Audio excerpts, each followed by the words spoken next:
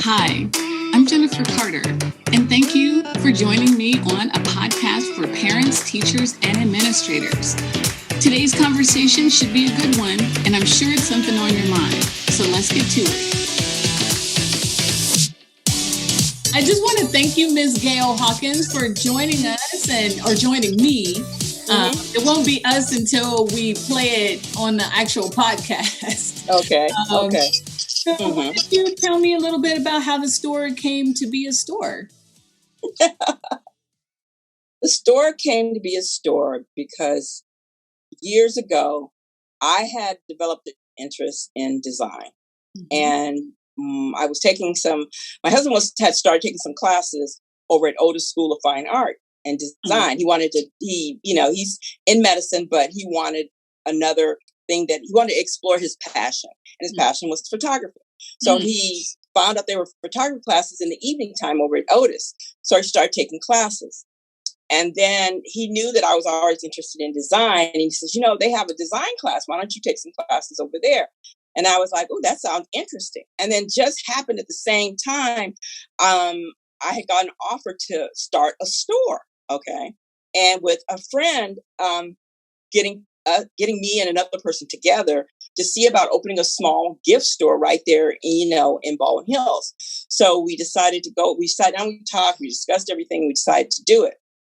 And then my husband said, well, this is the perfect thing. If you want to take those classes at Otis, then I will, I'll foot the bill and you go take those classes. And I was like, whoa, hey, yeah, I'm going to do it then, and it was unbelievable. The classes were amazing. I had such a great time. I met such interesting people.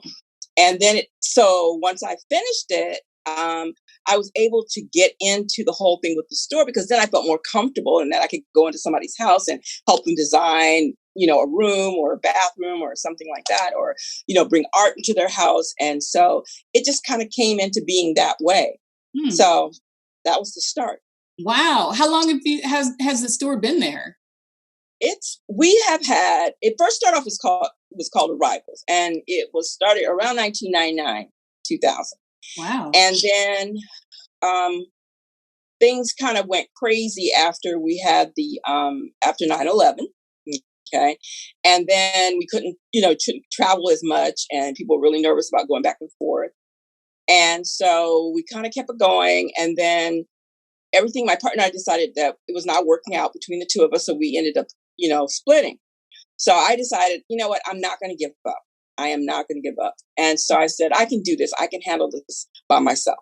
So I renamed the store, Cultural Interiors. And we were probably there about a good 4 or 5 years more. And then what happened is the economy just tanked in 2008, in 2008. So we decided, hey, this isn't going to go. So we decided to just bag it. And then I thought, well, I couldn't give it up. It's like, oh my God, I can't give this up. So some friends of mine said, hey, there's a spot up on Pico. Why don't you go up there? Because that might be a little bit more, Traffic. So we went up to Pico, right. And we actually ended up with 2 places, believe it or not. We ended up with a very small place in Leimert Park and a place up on Pico. So we were up on Pico, and we were there for about 8 or 9 years, and then the situation on Pico got a little dicey with, it became sort of what was called the Green Mile. Okay. And the Green Mile is that almost every block had a marijuana shop. And I have nothing against marijuana, but the kind of people and the fact that they had so many shops and so many people was starting to be kind of a druggy type area, and it was getting kind of dicey, and it was just too much. And so I decided that's it. Yeah, after coming, I'd come after work, and I, in my office doing work, and then I'd go out, and there's like drug paraphernalia all over the place. Or we had a lot of people starting to come to the area who would come in, and it was not a good situation. Oh wow! So we decided just to bag it, at that point. And then after that, I decided what happened was someone said to me, "Hey, there's a space back up on Slauson," and since I live in live in Ladera Heights, it was close. So I said, "Well, should I or should I?" should I? I said, I'm going to give it one more go. And that's how we end up where we are now. Wow. You've So had quite a journey. It's been a journey. And this isn't even your primary job. This is your side hustle. I know. Everybody was like, this is your hobby. This is your passion. This is your that. And that's the reason why, So I guess, yes, that's it. But I love it. That's crazy. I love it. Hearing your story and, we were talking about this over at Oak Tree, which is across the street from you guys. Correct. Mm-hmm. And we wanted to highlight Black businesses on our block. And your story about the different places that you guys were located and all of the economic ups and downs and turns and twists. That's just the kind of thing that we were looking to hear about. You know, we know that there are Black businesses on our block, but what's the story behind it? And then also, we want to connect it to what we do over at Oak Tree as well. So hearing your story about resilience and pushing through and perseverance, it's definitely inspiring for a new business owner like me. Yes, it's a difficult thing. I think that, there were some days I'd wake up in the middle of the night and I'd be like, oh my God, there goes my paycheck. How am I gonna, this, my paycheck is going to cover, the rent, the electricity, the utilities for this month. And, I was lucky enough to have that backup, but, a lot of people don't have that backup. And, it's hard, and then learning everything about a business, even after being in it all these years, there's still stuff that, with taxes and forms and, if you get an employee and, how you have to pay for this and pay for that. And some days, I almost feel like I used to tell people, I said, I feel like I'm a little hamster on a wheel. You keep running on this wheel and you're not getting anywhere. And then somebody throws something at you and it knocks the wheel and you got to get back on the wheel and keep going over and over, because especially if it's something that you really, really love, Exactly.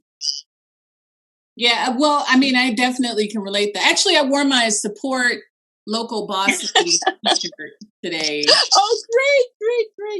Yeah. Great. That, so great. You get, like you said, I got a tax bill. They're like, you underpaid. Right. EDD. And I was like, I don't even know what that is, I know. I know. So, and then try calling them, and sometimes you'll get really nice people and they'll explain everything from A to Z.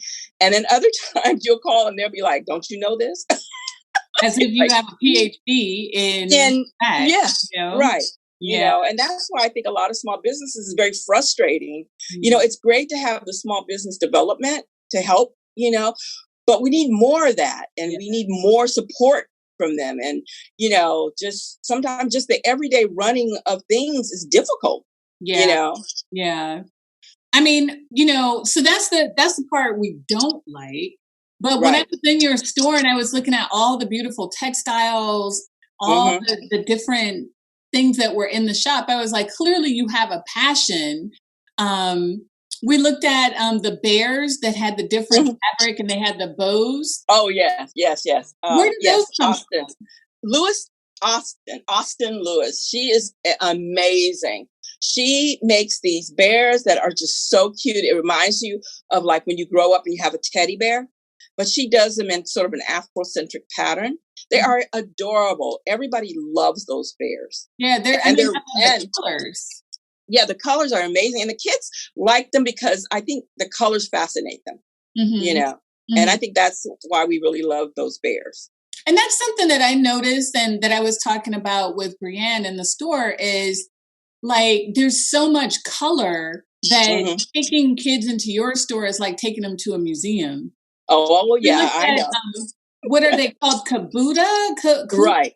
The handmade placemats.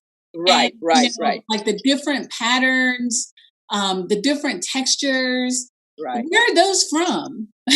A lot of those pieces are from Africa. Okay. A lot of those are from Africa. And then we have some of them are hand woven. from Africa with kind of an African, I guess like a kente cloth, pattern on them. So kids like them and people like them. Some of them we get from Vietnam. Some of them we get from Japan. Some of them we get from South America. But the purpose of my store is to blend many different cultures into something that people can enjoy in their homes. I went to Jamaica. I've been to Jamaica a couple of times. And the one thing I love about Jamaica is, they have a saying, I may not be getting it right, but it's like many people, many cultures, one people. Okay. Mm-hmm. So I think, I always tell people, all of us, have very similar things in our culture. Right.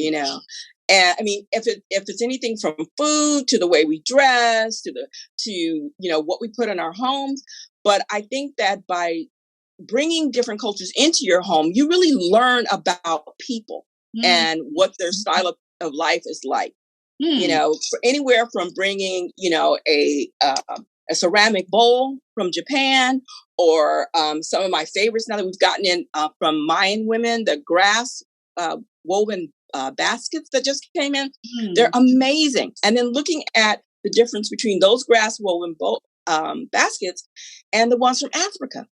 Very similar, different colors, different weave patterns. But the fact that we both those cultures use those bowls and those baskets, and they're amazing. And we are much more alike than we know, and that's why I really love bringing in things from all different cultures and finding things, the similarities and the differences, And it really shows up in the store. We looked at a coat and it was from Asian imports or something. Yes. And when I held it up, I looked at the tag because I wanted to know where it was from. And I was like, Asian, but the colors, it looks just like, it looks like we were at Catula a couple of weeks ago, and it looks exactly like some of the prints in some of the fabrics she had. Exactly. And I didn't expect that, to be honest. Right. If the research is that, Japan, China, and Africa actually did interact a lot, long time ago. Our cultures, it did interact a lot, a long time ago. And I remember when I was in college and I was doing a research paper on slavery and why it did not occur in the Asian side as much as it did, as far as the British and the Portuguese and, the Spanish. And also the fact that it's more and more coming out that there were Africans in Japan, in China. But if you go and you look at the colors that the Japanese, primarily Japanese that I looked at, the similarities in the colors is so amazing.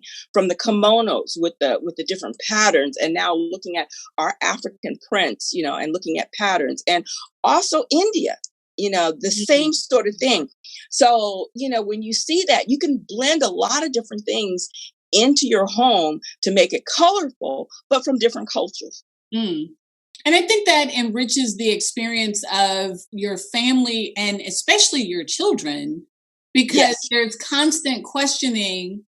It works on the social and emotional because, look, we are the same, exactly. This is what we have in common, but it also builds up some of the academic stuff. I can't tell you how many times I have to convince parents that art and music they're just as important as math and writing. Yes. Because in art and music and those things, you learn about culture, you learn about storytelling, you learn about history, you learn to hear, and you look for, it's like a constant compare and contrast. And those things activate a level of critical thinking that you don't get when you just have, this is what happened in 1492, or this is what happened in 1977. You want to activate all of these different parts of your kids' brains so that they understand and can blend and mesh, just like, those patterns blend and mesh. You want them to be able to blend and mesh and understand how things fit together. Right, exactly. Hey there. If you've gotten this far into the episode, chances are that you really like what you're listening. I'm going to ask you to press pause and share this particular episode with 5 people that you think would really enjoy listening to it. I'm also going to ask that you subscribe to our podcast so that you don't miss an episode. Thank you so much for listening. And now let's get back to the conversation. So, it's always been like I said, my passion to blend in, bring different cultures, learn about different cultures, and see how it all kind of works out together.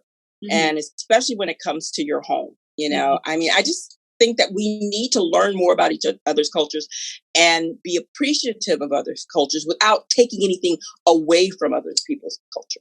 Mm-hmm. So, I think because for many years we had that, we're all the same, which mm-hmm. even at the height of that, I was like, mm-hmm. I am not the same. You're not the same. She's not. He's not. We're not the same. And I feel like, people, they're starting to understand when they say things like, I don't see color. They're understanding how that impacts people who identify as people of color. If you don't see color and I see myself as a color, you're seeing through me. Right. And just like you're saying, I think now there's more of an appreciation of you're different. Let's talk about how we're different. And exactly. Let me learn from you, not in like an intrusive way, because I think that happened before the we're all the same thing. People were just being too intrusive. But I feel like now it's kind of shifted to a healthier exchange of here's how I'm the same, here's how you're different, kind of back and forth. And I love that you use interior, because we all live, or I shouldn't say we all, but many people live inside. And no matter how much money you have, if you have a space inside, you can find any price point that reflects your culture and blends other cultures as well. Exactly. I think you're absolutely right. And, sometimes when I kind of think about like going to the Japanese culture and thinking of like the minimalists, okay? Like when you look at some of the, I've done some research on Japanese houses and, the minimalists, I love it. But for me, because of the kind of person I am, I had to collect so much stuff, it would never work. But I was in your store. It is not minimalist. No, it isn't. What I'm saying is that I just love that minimalist where there's so much open space when you go in, I was in San Francisco one year and I went to Macy's and they had done this exhibit where they had different bedrooms of different cultures. And I was shocked. It was amazing. That's cool. They had this one room where you walked in and they had and I'm maybe saying it wrong, tatami mats on the floor. And they had a bed. And then they had a place where you could make tea. And I was like, this is the perfect bedroom for me. But I knew it would never last just a week because I'd be like, where am I put the computer? Where is this going to be? Where is that going to be? But when you walked in there, the sense of quietness, the sense of tranquility, just calming was so amazing. I wish at that point that I had taken pictures of it, but every room they had on exhibit at Macy's in San Francisco at the square was the different cultural settings of bedrooms. And it was just amazing, and I wish that I could reproduce that. Well, it's interesting because today is actually, the Lunar New Year. And I like to go to South Coast Plaza, which is, about 40 miles, because we listen to people who listen to us in different places. It's about 40 miles south and a little bit closer to the water from where I live. They do an amazing job of decorating for the Lunar New Year.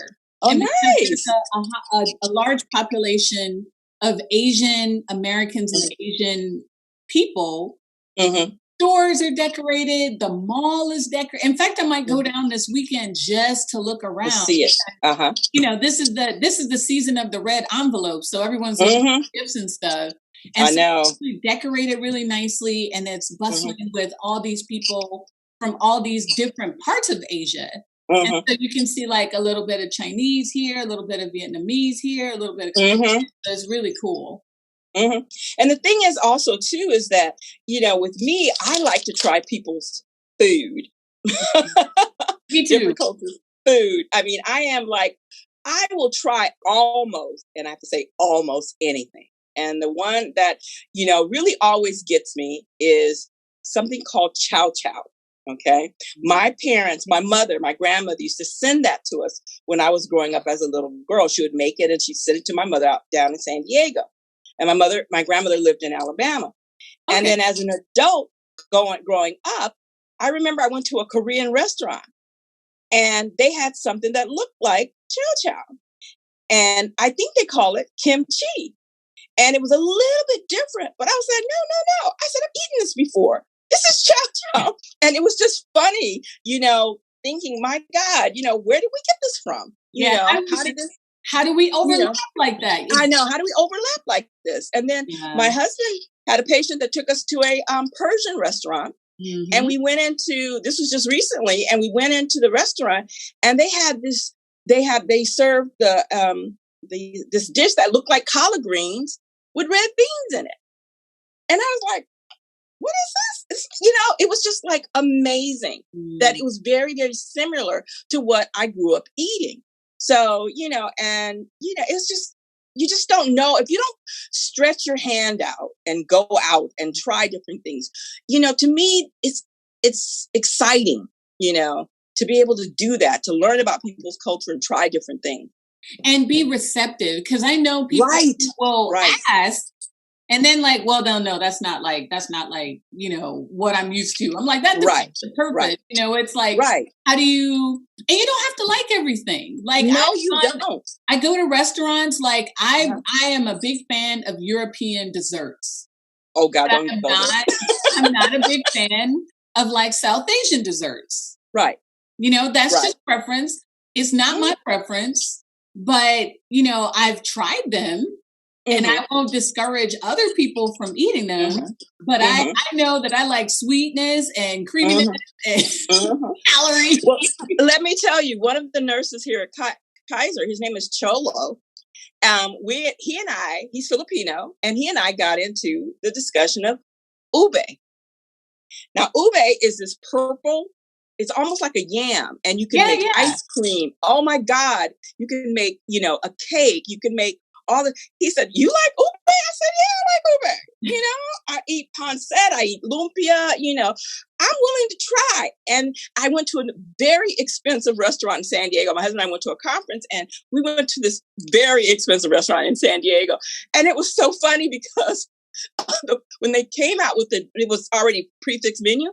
And this plate comes out and there's this purple stuff on it. And everybody's looking at it going, what is this? I said, this looks like ube. And the server said, yes, it is. And I said, oh, great. Everybody's looking at me. What's ube? I said, try it. You'll like it. Try it, And so my group tried it and they liked it.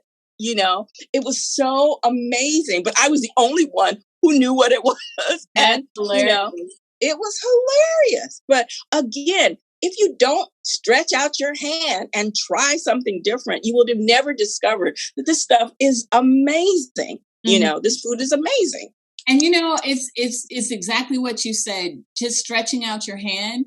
You don't have to love ube, but you can at least say, "I tried it."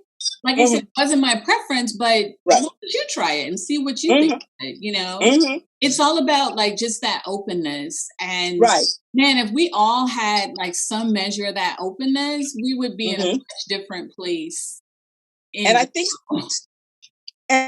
starting kids early. Yes. And trying those things and also exposing them early. Working in pediatrics is really kind of interesting. I've done this now going on 40 years and I'm getting ready to retire. And the one thing thank you. I remember my dad, used to bring home things from when he was in the military, and he'd bring home things from when he was traveling, and I remember I saw my first, geisha doll. They used to come in these glass, I wish I still had it, in these glass boxes, and the colors and the robe, the kimonos and all that was just amazing. But, kids need to be exposed, just like I tell people, tell the people here, I tell my parents of my patients, I know, take them out. Even, I know that maybe you don't have a lot of money, but get a road trip. for an hour. Go up to Santa Barbara, go down to San Diego, get them out of the area, expose them to different things. You don't know what triggers those kids, what may happen later on in life that, just by that one little visit to something may have triggered them to accomplish something else in their life, be something else in their life. You know pediatrics, we're building those pathways, and you don't know as you build that pathway what's gonna get deep in that groove and stick that they'll need later on. And that's why I said, that critical thinking, exposing them so they can make those little connections in their little brains. And the more capable your brain is to receive information, the better it will receive information. Right, exactly. And so it's not just frivolous to take kids, or it's not a waste of time. It's almost like, and it's fun, because I know as a parent, I love doing that stuff, going to different places. Our favorite thing was just going to different ethnic markets. We would go to 99 Ranch, or we would go to the Japanese like Mitsuwa, or we would go to the Indian market, the spice market, or the African, and again, the different smells, the different colors, the different textures, aromas really opens you up to a lot of different things. Yeah, I think that's great. I mean, that's sort of the exposure I got as a kid. I think that's probably why I was always interested in other cultures, because based on the things that my dad used to bring home too, that I didn't realize until I got much older, and someone pointed out, they said, well, that may be why you're always, you like this, you like that, you're willing to go out and try different things, because my dad used to bring these things home from when he was, off on, he was on tour of duty places, and then he would come back and he'd bring us things. And I have all sisters, so it was always some little, cute thing that he would bring back for us when he traveled. So, yeah. Cool. You're very lucky to have that experience as a little girl. I know. You don't think about that till you get older. And then you start thinking, God, I didn't realize my dad did that. Or my mom, used to twist our hair up and did different things. And, she would put little, like wraps on our hair and, that kind of thing. And, you just don't appreciate that until you get older. Yeah, it's true. Well, I always try to be mindful of the time. Okay. And, I could sit and chat about this probably for the rest of the afternoon, because that's my thing. Oh, yeah, me too. And all that stuff. Thank you again for talking and making the time and letting us come into your space and show people what's going on at Cultural Interiors. Once we have finished the show notes and stuff, we'll have links to your website and of the things that we looked at. But I just really want to thank you so much for joining me. Well, thank you for giving us this opportunity. We really appreciate it. Absolutely. So that's our conversation for today. I hope you found some information that was interesting, or a perspective that you hadn't thought of. If you like what you heard, or even if you have some feedback, put a comment in our comment section. Be sure to like our page and make sure that you subscribe so that you can hear when the next video comes out. Thanks so much again for joining us.